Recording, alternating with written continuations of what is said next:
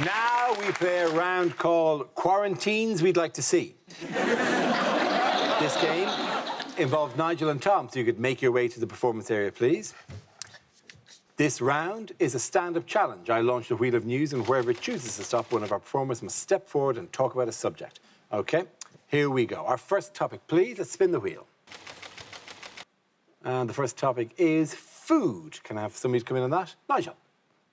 Yeah, I'm from Malaysia, and, food is a pretty big thing back there. Rice is a big staple, If you go to Malaysia, like 5 kilos, that's the smallest sack of rice you can get in a shop in Asia. And you go to your Tesco's here, you seem to have the most adorable little sachets of 100-gram rice. Like, who's that for, a fly? I sent a photo of that to my mom. She was like, why are they selling the free samples? Why are they selling rice in cocaine bags? Every Asian household owns a rice cooker. Yeah, and I see you guys getting confused. When I say rice cooker, I don't mean you hire some Chinese guy. It's a device that makes rice perfect every time that you don't use here in the UK. I've seen how you guys make rice here. It's tragic. There's 2 main methods. Number 1, saucepan, right? You boil the rice and you stir it like a witch in the 1800s. Just... Sometimes it's still wet afterwards, so you strain it with a colander. If you aren't laughing now, you're thinking, isn't that what you're supposed to do? Second way, and the worst way of all, Uncle Ben's instant rice. The microwave stuff, beep, bing. Okay, that's enough Asian culture for me. Squeeze my lunch out of this pouch. Uncle Ben's has Indian rice, Mexican rice, Cantonese fried rice, but he's an old black guy. Why are we still buying that product? You buy Uncle Wong's jerk chicken? I wouldn't, and he's my real uncle. Also, don't put your phones in rice to dry them. It doesn't work, and it pisses us off. We're nice enough to make those phones for you. Don't put it in our food, please. Thank you, guys. Nigel Leung, thank you. OK, that leaves with Tom. Let's spin the wheel. And the topic is parties. Yes, this is exactly like all the parties I go to. My mum's got a friend called Joyce, and she likes to tell me about her. Once she said to me, Joyce has tried to do herself in. I said, oh, my God, how shocking. She said, yeah, we're all surprised, because she's only just had her kitchen done. But Joyce is a very old friend of the family. Like, I've known her for years. She's somebody who worries about everything. Like, she's got one of those faces that's always contorted into the look of panic, anger, and yet regret. So she's always walking around like this. And then sometimes she'll use her eyebrows to replace a word. So, like, once she said to me, oh, that woman next door, she's... Turned out the woman next door was a chiropractor. A little while ago, she decided to cheer herself up by getting her downstairs toilet done. Not a euphemism. She got this toilet done based on a toilet she'd seen at Gatwick Airport. It was her dream toilet. And then she decided to have a party to show it off, right? So we all got invited. Well, Mum and Dad got invited, and they said, we're not going to pay for a sitter. So I had to go as well.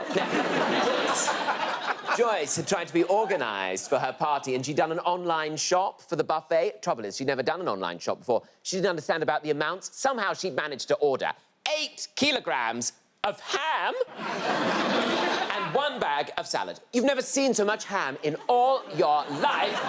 Except for maybe in this performance, am I right? There was rolled ham, there was folded ham, there was ham sandwiches where the bread was ham. And I'm at this party, and all the friends are very desperate to let me know that they're down with the gays. They're good with the gays. At one point, Joyce came over to me and said, now, Tom, tell me, when did you first know that you was... And I said, well, I've never been a chiropractor. Well done, both of you. How can I decide? Points for everyone. Come on, sit down. Now we play a round called Free School Meal of News. This game involves Sophie and Ishan, so if you could make your way to the performance area, please. This round is the stand-up challenge. I launched the wheel of news, and wherever it chooses to stop, one of our performers must step forward and talk about that subject. OK, here we go. Let's spin the wheel. First subject is anger. Who wants to come in on that? Sophie. I got so angry during lockdown, even about things that were meant to be good. I got angry about Eat Out to Help Out, a government initiative that briefly delighted feminists everywhere before we realised it was actually about Wagamamas. I'm mainly angry about really, really petty shit. I'm angry about cyberbullying, but I'm angry specifically that people send me emails and in those emails use the phrase, "nice to meet you." How can it be nice to meet me when they don't even know me? Or people say they're angry about huge things like climate change, and of course I'm generally angry about climate change, but I'm angry specifically at the fact that they keep giving deadly hurricanes little old lady names. Like Katrina, Ophelia, Laura, Doris. Doris, guys, I know about the naming conventions of storms, but every time a storm causes devastation overseas and it's got a white man's name, I'm like, fair. Doris was like your granny walking in and being like, "I'm one bad nana." I get angry at heat waves, specifically British heat waves, because I feel like British people get absolutely feral whenever the temperature's anything above 17 degrees. People change in the heat. You see them in Sainsbury's just sort of panic buying Calippos.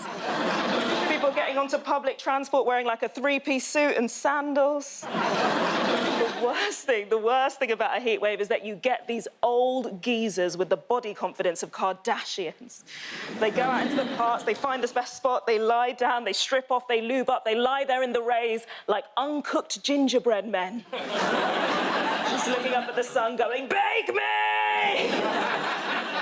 People don't think I get angry because I'm adorable, but I do. I get so angry all the time, but I can never show it because I know that if I show it, I'll get stereotyped as an angry black woman. And I don't want to be stereotyped, so at the end of the day, I just hold my anger in and eat fried chicken and twerk furiously. Thank you very much, Sophie. OK, that leaves with Ishan. Let's see what your topic is. Let's spin the wheel. And the topic is health. Obviously. Just to let you know, so I actually have a hearing impairment.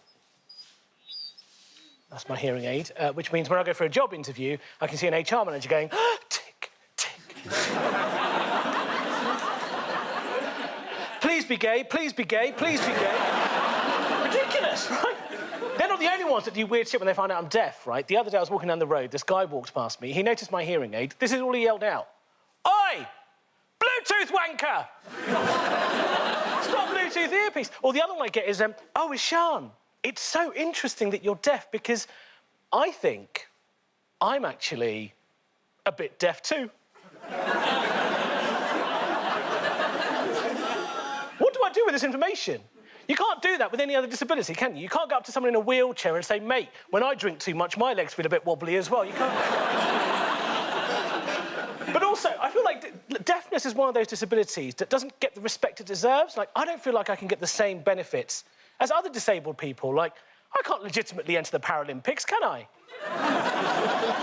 There's blind football, wheelchair basketball. A deaf race would be a line of men just waiting to start. It's not all bad, though, because my deafness actually makes me eligible for a disabled person's rail card, which has been really useful these last 6 months, right? And I'll be honest, when I got it, I thought, do you know what? Because deaf people don't get the same benefits as other people, I'm going to try and make sure I get as many of them as I can, right? So I thought I'd try and get myself a blue badge, right? So I walked into the local council office, a bit too ably. And the guy behind the counter, he took one look at me and was like, "Oh, my God, yes, come on over." I was like, wow, this guy's so good. He knows how disabled I am, and he's beckoning me over, right? So he beckoned me over, he sat me down, and he pulled out a form. On the form, you have to tick the reason why you're giving someone a blue badge, right? And he ticks off weight-related mobility issues. Thank you very much. Thank you very much, Ishan. OK, Back in round. The points go to Sophie. Come on. We play a round called Biden into my DMs.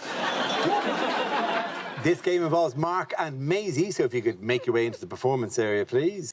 This round is a stand-up challenge. I launched a wheel of news, and wherever it chooses to stop, one of our performers must step forward and talk about that subject. OK, here we go. Let's have our first subject, please. And the first subject is lockdown. Who wants to come in? Maisie. Yep, as you can tell by my haircut, I dealt with the first lockdown really well. really well. What's it called? Business at the front? Where the hell's the back? I spent lockdown and lived with my boyfriend and my brother, which is an interesting combination. Obviously, love them both very, very much. I feel like I should also acknowledge that they are two different people, by the way. They're two very different people. In fact, they couldn't be more different. I was trying to think of the only thing they have in common, and I realised it's that at some point in their life, they have both had a bath with me. Obviously, one was very erotic, and the other one he pooed in. Ruined Valentine's Day.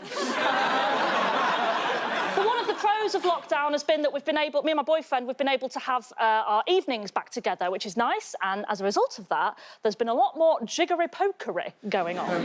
And so to make sure it doesn't get bland, to keep it spicy, I decided to go and buy some sexy lingerie.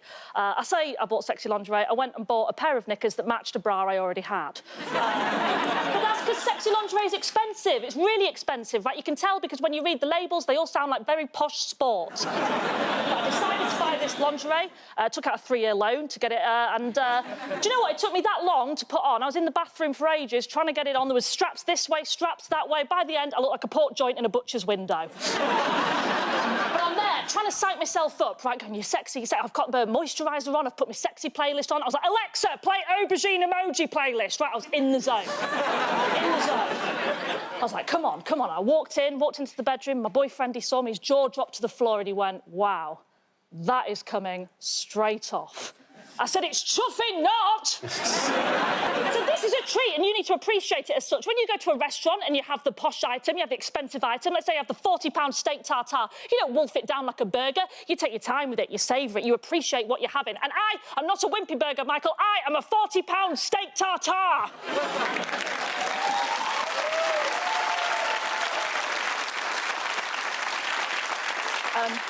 But apparently, by the time I've explained all that, the moment's gone. But in fairness to him, it might not be the rant that put him off, because in all fairness to him, he has had to get used to banging, essentially, a back-to-front Joe Exotic.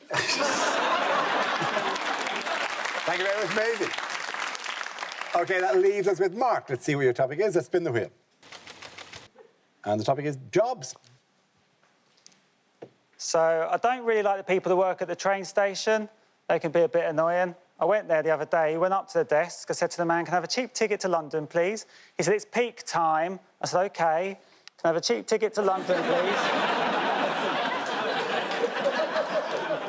I used to work in a cinema. This one day I was supposed to start work at 9, got there at 9:30. Boss was angry, came over, he said, Mark, you're late, I want you to make the time up. I said, OK, it's 9.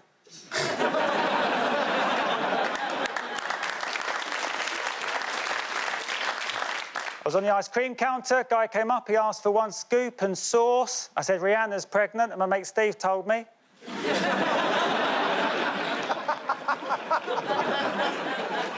At the age of 30, I was a Virgin Air steward, working for British Airways. So my father worked 12 hours a day to put food on the table. Great dad, slow cook. So a few years ago, all of my family predicted what we thought my sister would end up doing for a living. And it turns out she works for a sex chat line. Yep, I called it. My girlfriend's not very supportive of my job. The other day, she was like, Mark, all your jokes are all made-up rubbish. Why talk about something real? Don't know what she's on about. And you've got a girlfriend. Thank you. Very good. Thank you very much. At the end of the round, the points go to Maisie. Now, we play a round called Princess Mock Mock. This game involves Milton and Tom, so if you could make your way to the performance area, please. This round is a stand-up challenge. I launched a wheel of news, and wherever it chooses to stop, one of our performers must step forward and talk about that subject. OK, here we go. Let's spin the wheel. And the first topic is days out. Who wants to come in on that? Oh, yes. Yes, Oh. I can talk about days out. I can't say I've ever been on a day out with anything that looks like that, though. No, my favourite days out were as a kid when you were at school and you got to go to somewhere like Lullingstone Roman Villa. We always seemed to be going to Lullingstone Roman Villa. It was quite boring because it was all about, like, history, and we were like, oh, history's so boring. And you'd get a letter home telling you about it, telling your parents, say, dear parents/guardian. I don't know why the newspaper had to get involved. And it would say things like, please wear suitable clothing. Well, I'd never been to a Roman villa before, so I just turned up in a toga.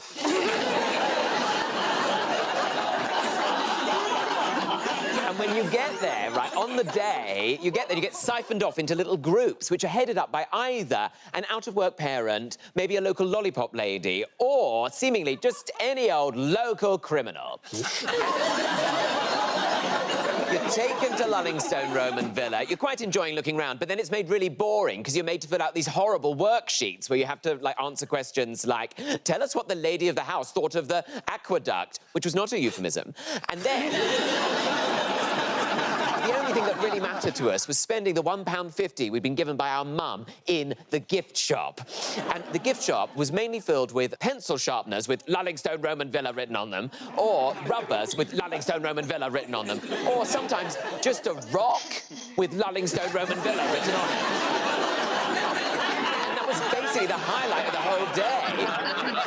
Now, I feel like the hallmark of being an adult is the main thing you do is you join the National Trust. That's what everybody does. Don't join English Heritage. It's not the same. They will tell you to fuck off from their gravel driveway if you join English Heritage. National Trust properties, what are they? You're looking around a house that you could never afford to live in. It's basically a right move search that's got way out of control.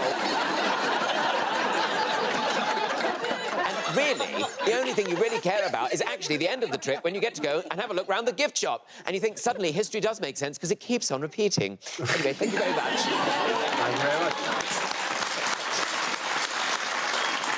OK, that leaves us with Milton. Let's see what your topic is. Let's spin the wheel. This is in any way relevant. It's Friends!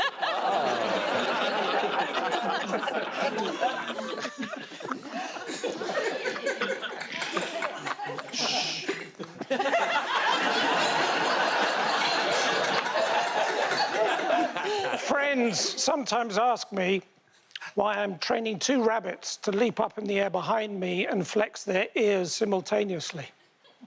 Well, I say, friends.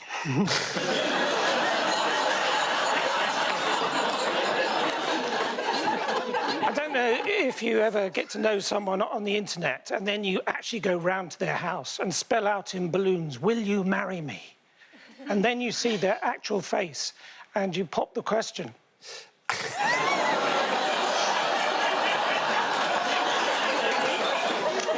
So recently, I said to my long-standing girlfriend, sit down, will you?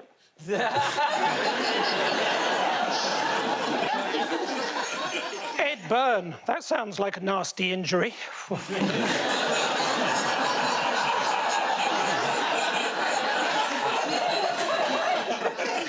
I have another friend who works in a lighthouse, and he said it was very, very, very, very, very, very boring until he got a slinky.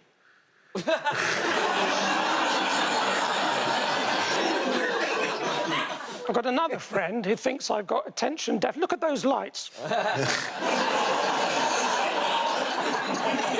And I've got another friend who really doesn't like it when they're having a shower and I try and wash a knife at the same time. Milton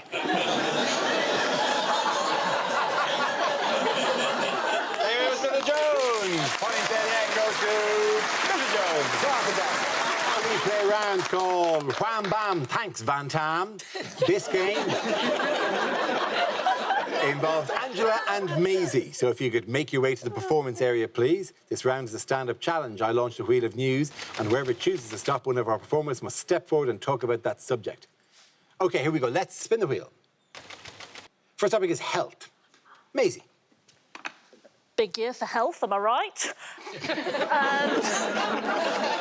I recently got a call from the NHS asking me to come for my first ever cervical screening exam, my smear test. But the doctor called me in. He said, Miss Adam, I hope it's OK with you. We'll need to get a female chaperone for this exam. I said, yeah, of course, that's absolutely fine. I don't know about you guys, but I assumed when he said a female chaperone, I just assumed he meant female health worker. What I did not assume was Sharon off of reception. So imagine, if you will, I am already lying down on the table, like legs akimbo, in the stirrups, and from behind the curtain, like some sort of budget stars in their eyes, Sharon appeared. Like, tonight, Matthew, I'm going to be checking out your fanny, right? Thankfully, she came up and joined at the top end rather than the business end. He was at the business end digging for gold. And she stood over me and maintained what can only be described as the most intense eye contact I've ever experienced in my life. And the reason I know this was because I made the fatal mistake of looking up at Sharon and locking eyes, at which point I thought, you're in now. You've got to say something.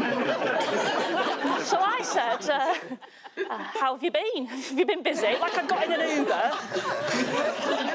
And I thought she'd find this as uncomfortable as me and try and cut it off. No. Sharon took this as an invitation for a deep, meaningful chat. She went, do you know what? I won't lie. It's been really, really hard. It's been really difficult. We've never been under such a strain as now. The NHS is really, really struggling. The phone lines are going off the hook. We've got too many patients, not enough doctors. I'm not seeing my family half as much as I wish I could. Her voice started cracking. She went, everybody stop clapping on a Thursday night. And I didn't know what to do. So I grabbed her hand and I said, Sharon, I'm so sorry you feel like that. I'm so sorry. This is during my cervical screening exam. A man is inside me. I said, I'm so sorry you feel like that, Sharon, but I just want you to know you're so appreciated, and it's people like you that have kept this country going, and I'm really sorry you've been made to feel underappreciated. And then, from between my inner thighs, the doctor looked up at Sharon and went, do you know what? She's right, Sharon. You've been brilliant.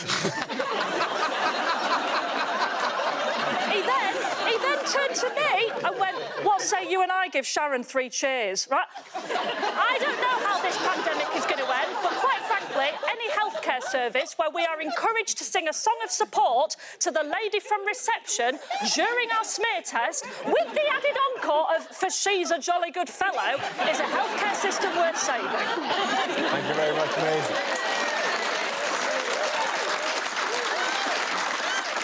OK, that leaves us with Angela. Let's see what your topic is. Let's spin the wheel. And the topic is exercise. I do exercise, surprisingly. I do. I recently did the Couch to 5K app. I don't know if you've seen it. It's absolutely brilliant because it starts you off really slowly. So you sort of run for 30 seconds, then you can take a break, which I took to mean I could have a Kit Kat. So... And it's great as well because you can download a celebrity voice to be your sort of guide, your coach. And I downloaded Sarah Millican because she's a mate of mine, and I thought that would be nice, but I had to change it because I kept calling her an arsehole. I changed it to Lawrence Fox. That solved that problem. You run a lot quicker when you think that prick's behind you, let me tell you. My boyfriend, he's a proper runner. Like, he does these ultra marathons. He did one recently that was 100 miles. Like, 100 miles, that's like a fifth of a Proclaimer, right? But I did do it. I finished the Couch to 5K, and last year I did my first ever 5K race, which is brilliant. They gave me a medal, and doesn't it feel brilliant as an adult to get a medal? Doesn't it? You get them all the time when you're a kid. They give you a medal for tying your shoelaces, won't they? Do you remember when you were in the Brownies and the Scouts? They used to give you all those badges, keep you incentivized. Why does that have to stop? You know, I definitely do my tax return on time if I got a badge. Why can't we get badges for adult things?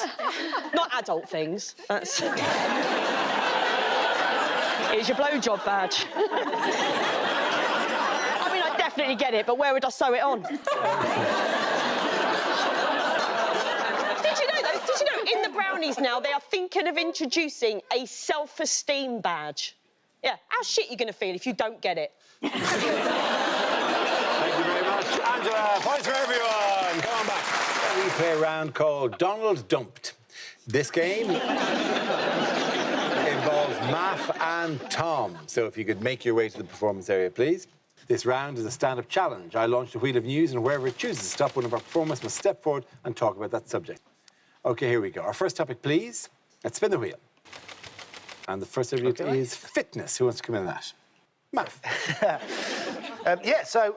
I'm probably not the only person in lockdown that put some weight on. I think I put about 2 stone on, so I'm trying to do something about it. And I've started doing some running, and I bought myself some, the running tights, the leggings, and I went for a run in my local park the other day, and the amount of women that just stared at my crutch.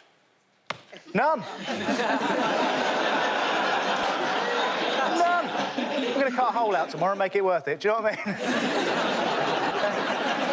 I went to the gym this morning, actually, and then afterwards I had a protein shake, although some people call it a wank.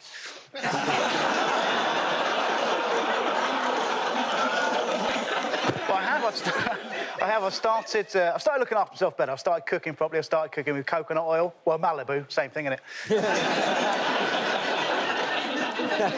And I've also discovered you've got to be very, very careful offering a fat person a Kit Kat chunky, because they can take that the wrong way. Doesn't matter how you say it. Do you want a Kit Kat chunky? Doesn't matter, they just get upset. Because I spend my life on the road. Normally, when we're doing this for a living, you go out and I go to a lot of restaurants. I went to a really rough restaurant the other day. This is how rough it was. Ordered a lamb shank, got stabbed by a sheep. How rough is that? And the drinking as well. The drinking in lockdown, that was a lot. I did a lot. So I've sort of stopped that now. Now I only drink on special occasions, like people's birthdays, on Facebook. Thank you very much, Matt. Thank you. Well done. That leaves us with Tom. Let's see what your topic is. Let's spin the wheel. And it's leisure. Oh, how did they get that photograph of me? That is how I spend my leisure time. Leisure time, I think, is most stressful when you're a child. I remember the only time you did anything you liked was basically when you went bowling. I remember, say it was someone's birthday, like Ryan's birthday. You'd have to go round to Ryan's house, and Ryan's mum, Anne, would answer the door. Anne was having a very stressful time. She'd say, come into my house, take your shoes off. You spend most of your time as a child putting on your shoes and taking them back off again, which was always very stressful for me because I didn't learn to tie my shoelaces until quite late. And I remember my parents saying to me, what are you going to do when you grow up if you can't tie your shoelaces? And I'd always say, duh, espadrilles. Still had to come out. Anyway, Ryan's dad would be taking you to the bowling. Now, this was a time when it was completely fine to transport 15 children in one stranger's car. There'd be 3 of you sellotaped in the front, 10 of you in the back, all in shell suits. I mean, if you went over a speed bump, you could rub together. You could catch fire. And then as a treat, 2 of you would have to travel in the boot. And he'd say, it's all right, I've taken the parcel shelf off so you can breathe. But remember, if you see the police, get down! It's completely fine to say to children. And then you get to, like, the mega bowl. You get out of the car, you'd have to run up the stairs, and then you have to take your shoes off again. You have to take your shoes off again to go bowling. I don't know why I bothered putting shoes on at all on this day, right? And you all know, you have to take your shoes off to put on the special grandma shoes that you have to wear to the bowling, because the bowling has got the precious wooden floor. You cannot tread on the wooden floor with outdoor shoes. You cannot do it. It's a special magical wooden floor. And then it would dawn on you had no idea how to bowl, because you were 9 years old and you weren't Roseanne Barr's husband. And so you thought you were trying to prove something. So you'd pick up a ball that was far too heavy for you, then you drag it to the end of the lane, lob it into the middle of the lane. It would immediately go into the gutter at the side, and that would be the end of your experience of bowling. And I remember thinking, even then, why is this floor so precious we cannot wear outdoor shoes on it? But it's completely fine to take a 15-kilogram marble and smash it into the middle of it. Thank you very much, Tom. And Tom Allen, well done. Very good. Play a round called Vax On, Vax Off. This game involves Laura and Glenn, so if you could make your way to the performance area, please. This round is a stand-up challenge. I launch the wheel of news, and wherever it chooses to stop, one of our performers must step forward and talk about that subject. OK, here we go. Let's spin the wheel. And the first topic is technology. Who wants to come in on that? Laura. I sort of have a real love-hate relationship with technology because I'm addicted to Twitter even though it makes me miserable because I love conspiracy theories. My favourite conspiracy theory of this year is that Melania Trump has a body double for public appearances, which I think that's crazy. I think it would definitely be for the private stuff.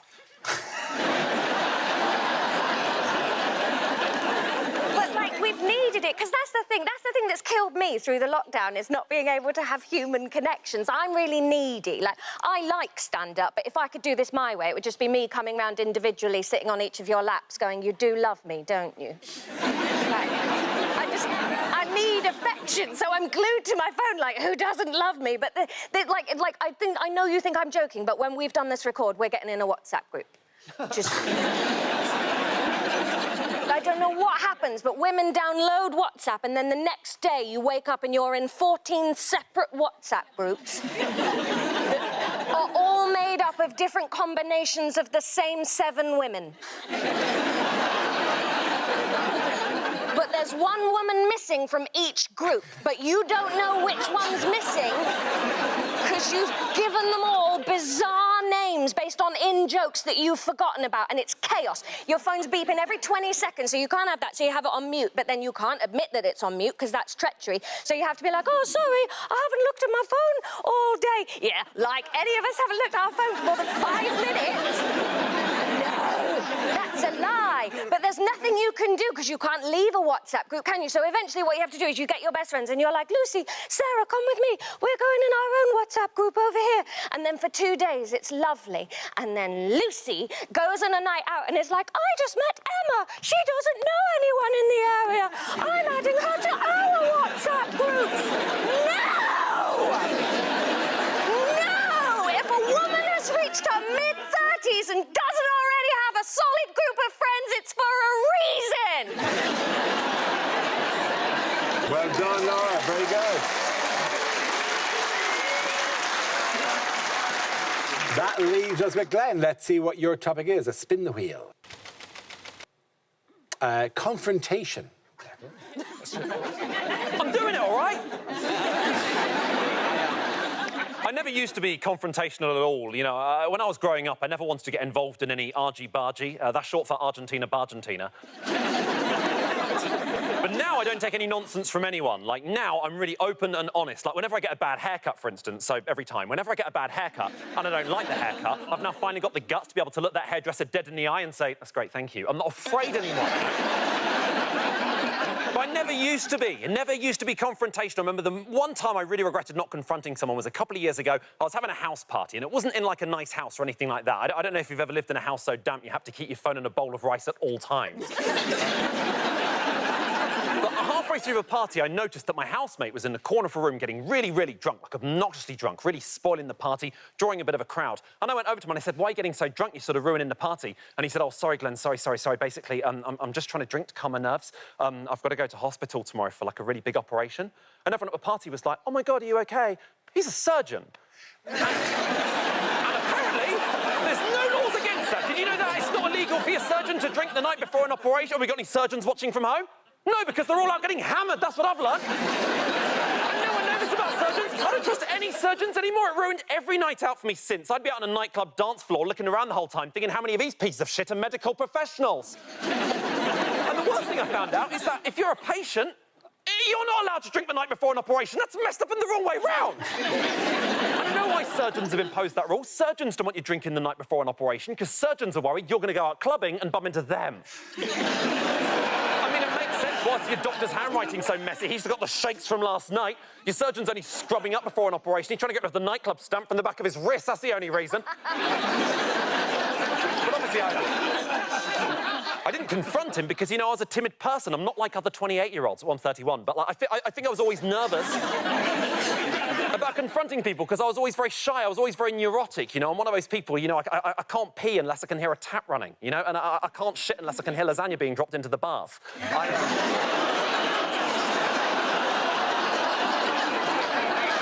Thank you very, very much. Well done, both of you. Points there for Laura. Come back. We play a round called Back, Sack and Vax. This game involves Catherine and Reese. So if you could make your way to the performance area, please. This round is a stand-up challenge. I launch the wheel of news, and wherever it chooses to stop, one of our performers will step forward and talk about that subject. Our first topic, please, is spin the wheel. And the first subject is relationships. Catherine. Okay. Hello, I am a lady who dates ladies, which is easy to tell you because I don't know you and my dad doesn't know how to use Zoom. Also, I will say, I don't know you, right? It's easy to tell people on television, don't know you. I find it much more terrifying to come out to people I do know or people I've had in my life for a really long time, which is why I find myself in a situation at 32 where I am still working up to coming out to my manicurist. That's a much bigger dilemma than it sounds, right? Because on the one hand, it's like, will she finally make my nails as short as I need them to be?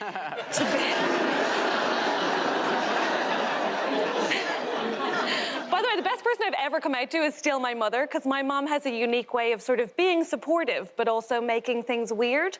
So when I came out to my mom, she just waited for my dad to leave the room and then said, me too. You want to hear. I mean, she's a nice Irish lady, so she clarified, of course. She said, you know what, Catherine, right? I am not gay, right? I am not gay. I am not gay. Because straight women love to say that in threes for some reason, like it's some sort of protective spell. But she said, I'm not gay, right? And it's not that I'd leave your father for a woman. I wouldn't. And it's not even that I'd want something bad to happen to him. It's just that were he to die, then I would be with a woman. Essentially what my mom said was, oh, if I was miserable, then maybe I'd live like you do. And to be fair, it's not that she's gay, right? It's just that she thinks lesbianism is just having the housework and sharing fleeces, and it is. It's just that I don't think she'd like the fingering. I've never been more aware of what I'm stood in front of. Listen. The point is, I'm pretty lucky. My parents have always been very supportive of me dating women. They don't have an issue with that because I can't get pregnant, and Irish parents absolutely love that. They have a much bigger problem with those women being English. Thank you very much, Catherine. OK. That leaves us with Reese. Let's see what your topic is. And the topic is school. Oh, I didn't want to go with a picture of fingers for that one, did you? At the start of last year, I was asked to speak at my school. I don't still go there. I was asked to return to my old school and give a speech to the Year 11s, right, to go back and inspire the Year 11s. And I said no, because there was no fee. But also because if you're going to be one of those pricks who goes back to your old school to be inspirational, you've got to be very famous, OK? You've got to be so recognisable. I've been on the show a lot. There's still people watching this going, oh, my God, how did Mock the Week manage to book the girl from Star Wars? You need to be very famous. You need to be able to walk through the playground and have all the kids go, oh, my God, look, it's David Beckham. You know, if I go back to my old school, I'm going to walk through the playground and they're going to go, oh, my God, look, it's a new boy. Not risking that. What will I say to them? Oh, you all might remember me from the year that everyone called me Mr. Deacon, because he was our history teacher, and I wore the same jumper as him on non-uniform day. Deco. Deco for a year of my life. That's what they called me, Deco. It was a good jumper. He was too old for it. Slazenger. Anyway, Sorry, I'm aware this is being broadcast. I'm trying to get a brand deal. Anyway. I love the way parents, man, I love the way parents have been talking about school this year, right? Ever since lockdown started, the last lockdown, right, started, and 2 weeks into it, parents were immediately like, we've got to get the kids back to school. We've got to get the kids, they're missing in education. We've got to get the kids back to school. Right, if your kids are under 10 and you're saying we've got to get them back to school because they're missing in education, admit that you're a liar and you hate your kids being near you, OK? Because no one, not in primary school, is missing anything, OK? All of us could have not gone to primary school. We'd be the exact same people we are now, all right? There is no education to miss. Primary school in this country is about two things. Tadpoles and cress. That is it. Thank you very much, Reese. Well done, Voodoo. Points there for Patterson. Now we play a round called Baby Got Vax. This game involves Angela and Milton. So if you could make your way to the performance area, please. This round is a stand-up challenge. I launch a wheel of news, and wherever it chooses to stop, one of our performers must step forward and talk about that subject. OK, here we go. Our first topic, please. Let's spin the wheel. The first subject is ageing. Angela. Hello. I am 44, ladies and gentlemen. Oh, I gave you a moment for a gasp of surprise. Fuck you. People often ask asked me how I managed to look so young, and I do have a secret to looking young, and I will share it with you. And my secret is that I wake up every single morning and I don't have any children. Easy when you know the tricks, it is. I'm part of what they call the Peter Pan generation, Generation X. We're the generation that had the first Alco Pops, right? And I think that's why we'll never grow old, because Alco Pops send you a message, don't they? So you don't have to get old. You can get pissed on lemonade forever. You know, it's a beauty, because alcohol was a rite of passage, wasn't it? It was something you had to grow to love, like olives or stepchildren.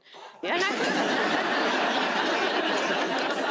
I still drink Alco Pops. I thought by the time I was 44, I'd be a sort of sophisticated drinker. You know, drinking expensive red wine with my friends while discussing current affairs. I thought I'd be French. That's what I thought would happen. No, because you never see a French person, do you? Never see a French person with red wine lips.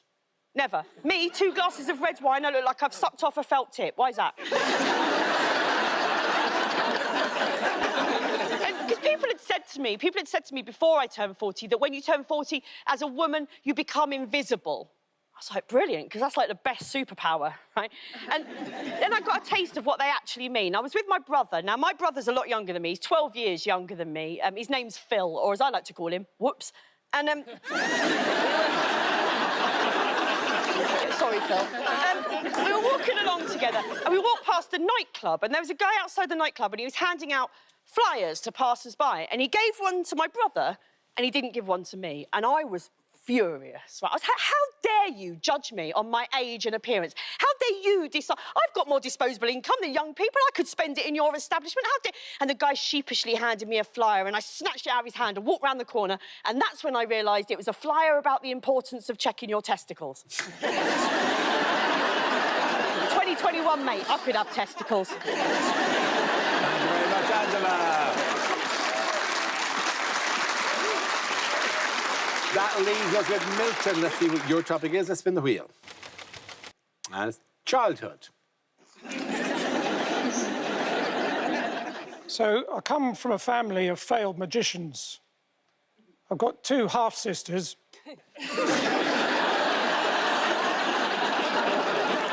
Apparently, I brought my biological parents out in a rash. So I was brought up by my non-biological parents.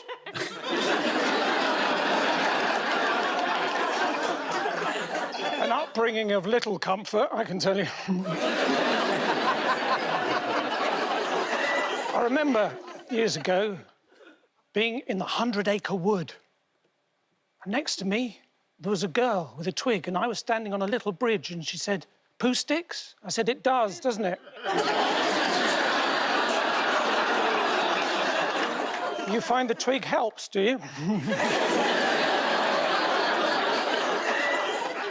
I didn't like nursery rhymes. Oh, no. Grand old Duke of York, manic depressive. Well, when he was up, he was up. Probably lived in a dip.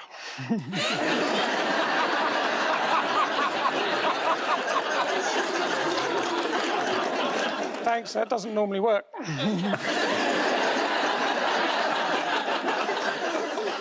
My brother, he's in his final year if he doesn't stop annoying me. It's not his fault. When he was young, he fell into a snow globe. Managed to survive, just badly shaken. Thank you very much. Well done. Points there for Milton Jones. Sit back down. Thank you very much. We play a round called Are You Ready for Your Immoculation? This game involves Glenn and Maisie, so if you could make your way to the performance area, please. This round is a stand-up challenge. I launch the wheel of news, and wherever it chooses to stop, one of our performers must step forward and talk about that subject. OK, here we go. Our first topic, please. It's health. Who wants to come in on that? Maisie. I'm going to share something about myself that I've never said on this show before. It's a little bit personal. We're going to get a bit vulnerable. You're looking very worried now on the Zoom crowd. Like I'm going to be like, and finally, is this normal? No. I'm going to say that I am epileptic. Yep, mood dropped, didn't it? Mood dropped to the floor, as did I when I had my last seizure. No, I'm epileptic. I got diagnosed at 14 years old, but the kind of seizures I was having at 14 weren't what you think of, or what I think most people think of when they hear the word seizure. A lot of people hear that word and they think of sort of like flashing lights, convulsing on the floor, foaming at the mouth. That wasn't me, OK? The kind of seizures I was having at 14 looked like this. Ready? Disclosure, you can laugh. Ready?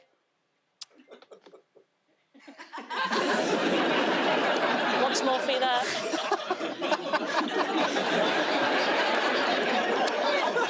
Question: how many 14-year-olds have you seen at the height of puberty occasionally go? So when I got diagnosed at 14, the doctors were like, oh, you've probably been epileptic since you were 10, just everyone thought you were rude, right? I swear to God, I remember having an argument with my dad, right? I remember having an argument with my dad before we all knew that I was epileptic, and my dad was going to my mum, Jill, if she rolls her eyes at me one more time, I will send her to her room. I mean, Mum, who was backing me, but she didn't know I was epileptic either. She was going, Philip, go easy on her, it's a difficult time for her, she's hormonal, it's puberty. Right, meanwhile, I was in the middle giving it proper Bran Stark, like, actually, guys, I feel another one coming on. After too many times of that happening for it to just be me being sassy, we went to go and get a diagnosis at Leeds General Infirmary, and I was diagnosed by this neurologist, and then also in the room was this nurse, Jan, and Jan was there in like a pastoral capacity to make sure I was OK about it. But together, these two, they were like a sketch, right? The doctor, he had, I kid you not, the worst wig I have ever seen in my entire life, right? It was terrible. It was slipping down his head whilst he was diagnosing me. You imagine someone telling you you're epileptic, and the entire time their hairpiece is slipping down, right? So obviously I was watching it, so my eyeline was a little bit above his, and I remember him being like, are you having one now, mate? Like, no, I'm watching your hair do a runner. Right? And then Jan was lovely. She was a proper Leeds lass, but she was lovely. And she said to me, she went, I know it's not ideal timing, is it, Maisie, being 14 and diagnosed with epilepsy? I said, no, not really, Jan. She went, well, what were you being 14? You'll be wanting to start a family soon. At which point, my mother had a seizure. Thank you very much, Maisie Allen. That leaves us with Glenn. Let's see what your topic is. Let's spin the wheel. And it's relationships. I got dumped before the first lockdown, and it was fine. It was fine. I got over it in the best way possible. Took myself on holiday, spent a bit of time cruising down the west coast of America, San Fran, which is, of course, French for without Francesca. No,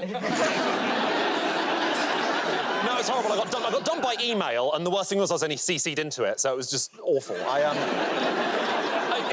It's her loss, really. She's now dating a guy who's got knuckle tattoos that say hate and inbreeding. So I think the issue was she was out of my league. I remember asking a friend of mine before I asked her out, I said, do you reckon she likes me? And he was like, does she like you? Does she fuck? I was like, OK, that's going to be my next question. But, no, because she was out of my league, because, you know, she was charming, she was charismatic. I come across like I was breastfed until well into my teens. And she was sophisticated, you know? She was sophisticated. She was posh Scottish. If you don't know what posh Scottish is when you slow down for every fancy word you know, just to really show off about how many fancy words you know. It's something in the last few weeks that I have ascertained. I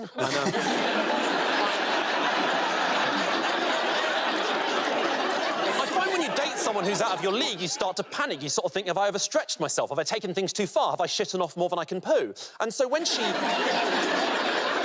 eventually dumped me, I started to think, well, why did she break up with me? Is it problems with me? Is it because I'm not assertive enough? I'm not particularly assertive in bed. I realised in bed I'm about as assertive as I am with taxi drivers. It's very much a case of just anywhere around here is great, thanks. I'm probably the only person who's ever had to be reminded during sex that we're a shoes-off house. So, I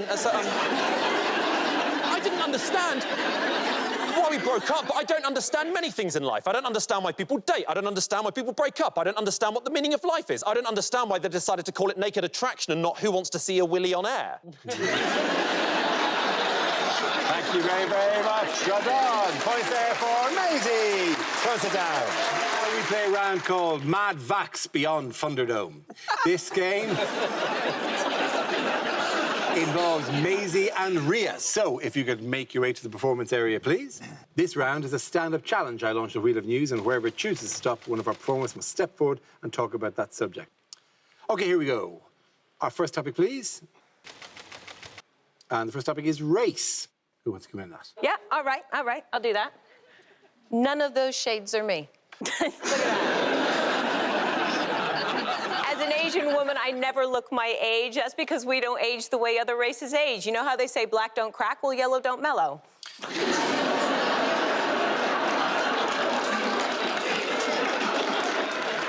We're essentially 12 into the day that we're 90. There is no in between. I've looked like this since World War II. Think about it. You have never seen a middle-aged Asian woman. We're either sweet little sex kittens or wise old women. A lovely little geisha girl or something from the ring. Here's a fun fact for you. Other races age and then die. Not Asians. We don't die, we just shrink. We're 12, we're 90, we're Yoda. That's where my mom is now. Oh, little old Asian grandmother am I.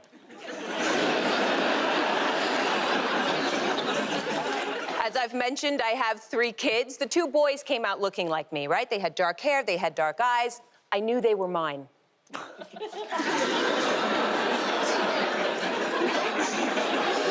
else would I tell?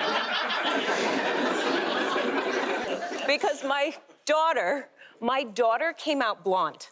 Blonde. I did not work 9 months to make a kid everyone thinks I'm the nanny of.